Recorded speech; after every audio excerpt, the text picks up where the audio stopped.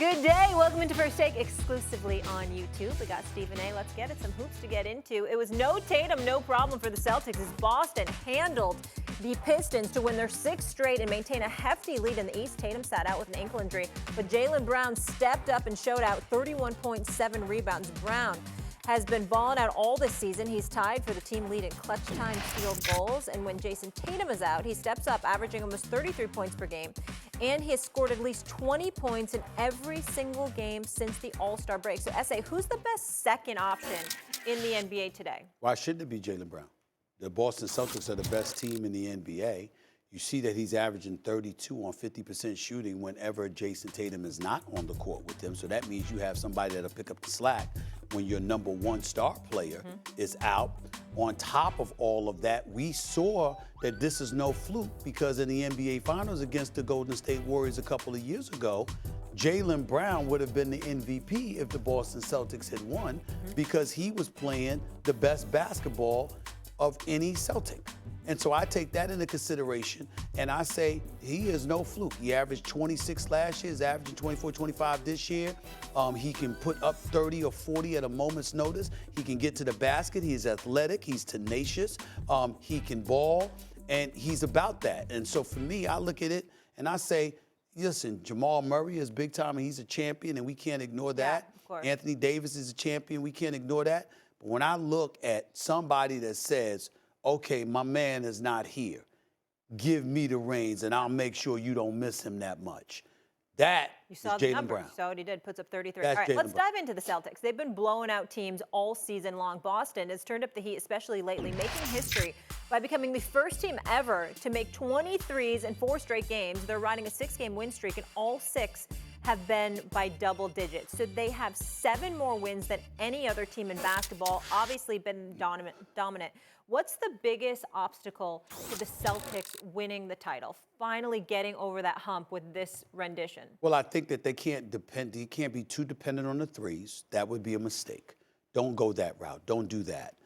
Because if you do that, then you're alleviating some of the things, or you're omitting some of the things that work to your advantage. Your athleticism, your ability to exploit mismatches, all of those things come into play. Boston can get too reliant on the 3 at times, and I think that's a mistake against the better, more elite teams in the NBA. Remember, they lost against the Denver Nuggets twice this year, the reigning defending NBA champions. But what happened? When Boston is struggling, they're usually limited in terms of their efficiency from 3-point range. You don't want to depend on that. Denver Nuggets will not depend on that. The true championship squads like a Milwaukee, they're not going to depend on that. And so you can't do that either. Yeah, utilize it and what have you, launch them, but it can't be at a 44 to 45 number clip. That can't be. They can't be launching 44, 45 threes a game like they were doing earlier this year. That, to me, is what worries me about Boston. Pretty much nothing else. How big is the gap between them and the Nuggets? Well, there is no gap as far as I'm concerned. There are people that are saying the Nuggets are head and shoulders above. I completely disagree with that. Boston is right there. Boston, to me, was my favorites to win the championship this year. Could they lose to Denver in the finals? Absolutely. Yeah. But could they beat Denver? Yes. And the 2 games they lost to Denver, they were both thrillers. They both came down to the wire. One play here or there would have determined it. Came down to the last second. Jason Tatum missed a wide open 3. In Boston, they lost by 2 points, 102 to 100. I look at the Boston Celtics, particularly with Kristaps Porzingis, with Tatum, with Brown, with an elite defensive backcourt in White and Holiday. I'm like, along with the production they're getting from their bench, I consider Boston the best team in the NBA. They don't have Jokic, but they do have Tatum and Brown. And I think that Tatum and Brown are great enough to offset what Jokic and Murray can do. They just have to bring their A game to do that. All right, let's get into some action here. A quick take for you. The 2 monster dunks in the NBA last night. Anthony Edwards with a Jordan-esque throwdown. Also, Atlanta's Jalen Johnson with a leaping jam over Austin Reeves.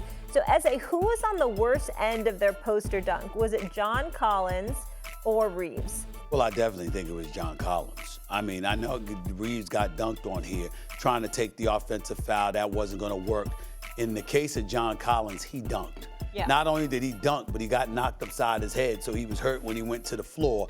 Plus, his feelings were hurt because he was posterized. Okay, His feelings were hurt. So he got his feelings hurt. Wow. He got knocked upside his head. Wow. And it was while he was jumping to contest the dunk. Austin Reeves just tried to draw an offensive foul. Yeah. That's all that was. That can happen to anybody, especially a guy that's a legit 6'10" who was doing the dunk. Anthony Edwards is a skywalker. Yeah. And literally skywalked on John Collins, knocked him upside his head, okay, Yeah. and definitely hurt his feelings. Yeah. Yeah. You hurt my feelings a few times today on the show, but Really? yeah. You have feelings? Whatever. And thanks for watching First Take exclusively for YouTube. Make sure to tune in weekdays, 10 a.m. Eastern on ESPN. And always, you can check out the Stephen A. Smith Show on YouTube as well. See you guys tomorrow.